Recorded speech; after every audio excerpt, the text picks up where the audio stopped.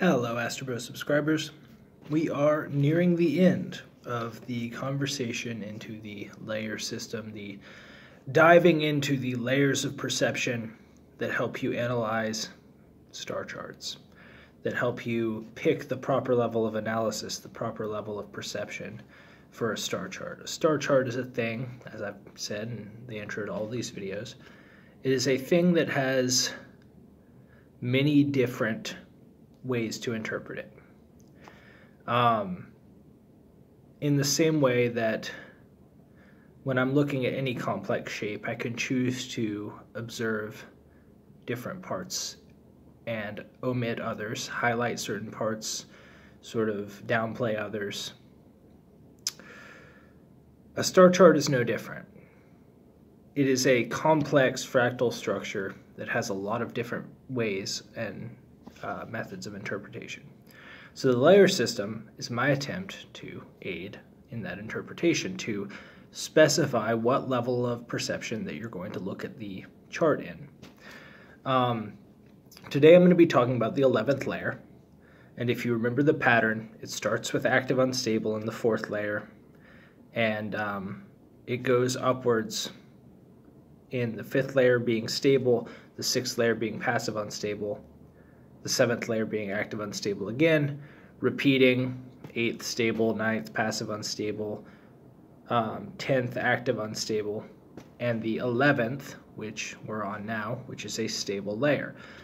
I recommend, if this is the first video you're watching, if you don't know enough about astrology to really understand what I'm saying, go back, look at my other videos. They're much more basic videos than this. This is more complex. If you haven't looked at the other layer systems, the other layers, go check that out. Look at the intro to this video series, the intro to the layer system, where I explain the basic core concepts of this. Because this is a complex structure that's composed of a lot of different parts, and you need to understand the different parts if you're going to understand how the layer system works. So, with all this being said, the last layer we looked at was the 10th layer.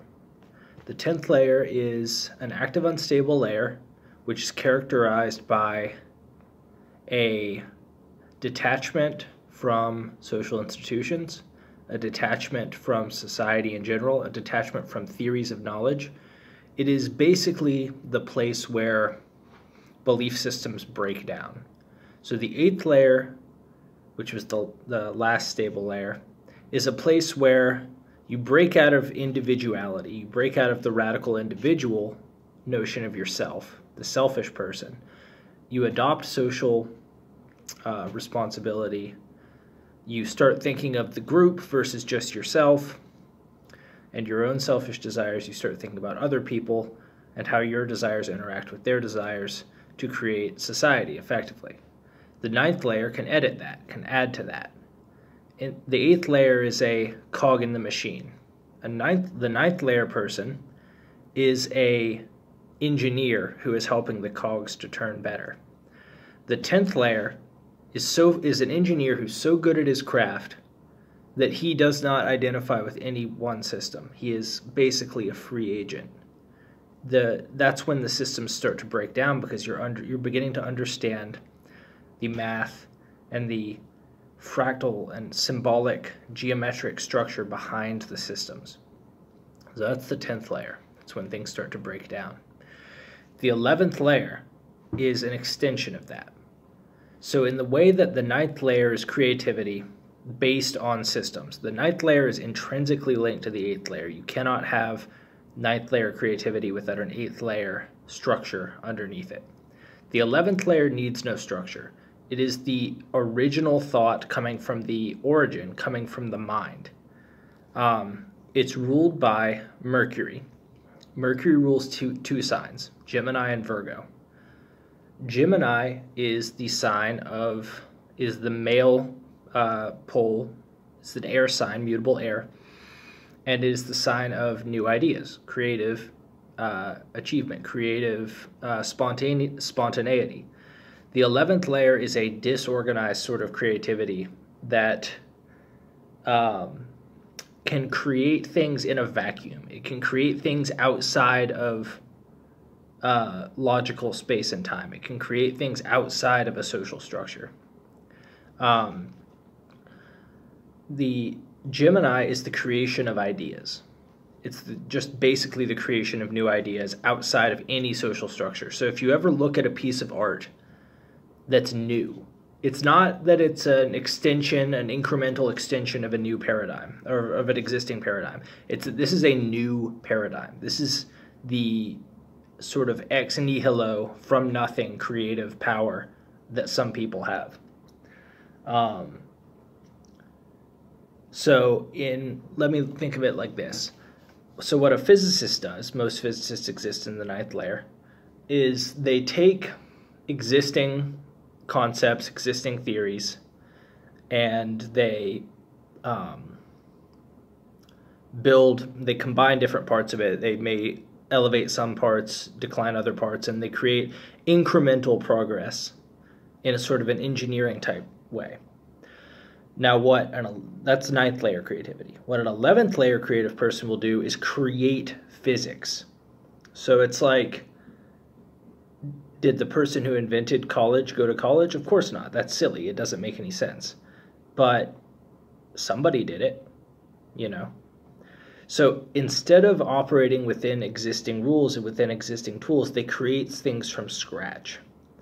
And this is the 11th layer. This is why the 11th layer is associated with the magician, is associated with the person who can create things out of nothing, who can create things using their words. Virgo is the feminine, the earthy expression of this energy. And this is a mechanic, an engineer, and this is going to sound interesting, but an engineer who can basically create, who can shape Earth with no tools. So in the way that the Gemini can create things from their words, the Virgo can take, in the purest form of Virgo. Most Virgos don't aspire to this. Most Geminis don't aspire to this, because there's a difference between having the potential for a certain type of creativity and then actually having the energy and the integration and the organization to engage in that kind of creativity. So it's like there's, probably more people than not who have Gemini placements somewhere in their chart. Well, actually, no, that's not true. But there's a lot of people, at least 1 in 12 people have a Gemini placement somewhere in their chart. Most people aren't creating things, completely original things from nothing, using only their words. That's very rare. And the reason for that is you can have potential to do a particular type of action, to have a particular level of consciousness. The container is set up that you can hold that level of consciousness. Not everybody can hold it. Some people will never do that.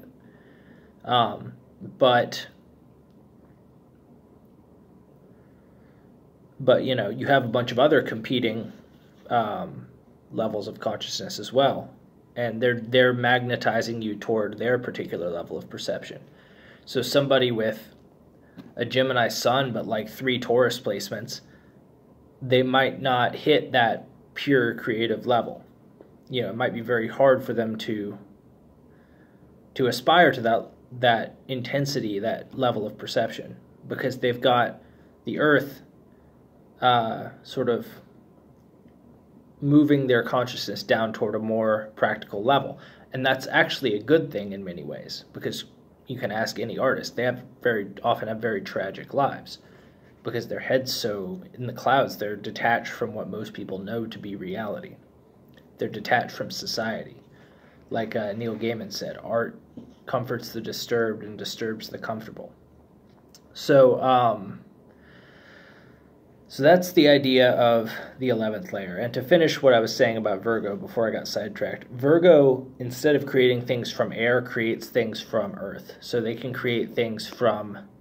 This is the type of person who, instead of putting all these different parts together and creating a machine, this is the type of person who can create the parts from just nature, from the natural environment.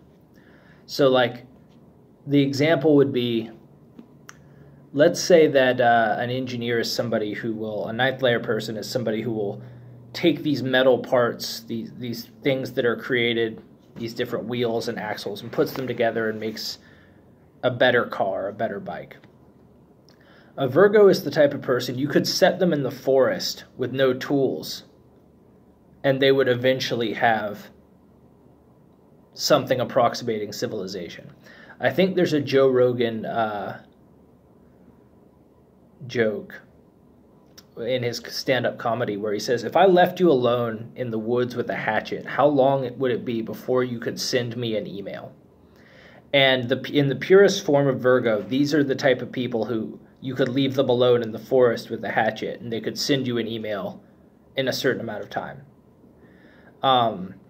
Because they're able to create from nothing. They're basically just from nature itself. They're able to take the natural resources of the environment and turn them into things that are new.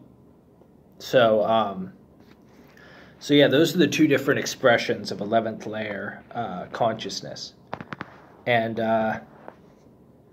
now, there are some shortcomings with this, but this is considered a stable layer, because in the purest expression of it, it does not want for much, because it can create almost everything it needs.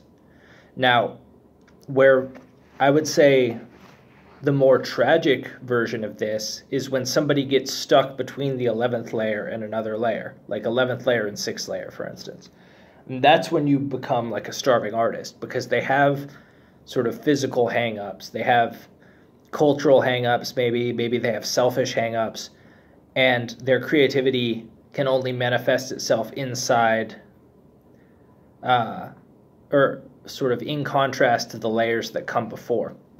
So if somebody gets trapped with 1 foot in the 11th layer and 1 foot in a lower layer, that's when you can get very negative things, because you have like basically extreme potential energy that's being sort of offloaded through this very immature channel. Like, probably the worst example of this would be 7th layer and 11th layer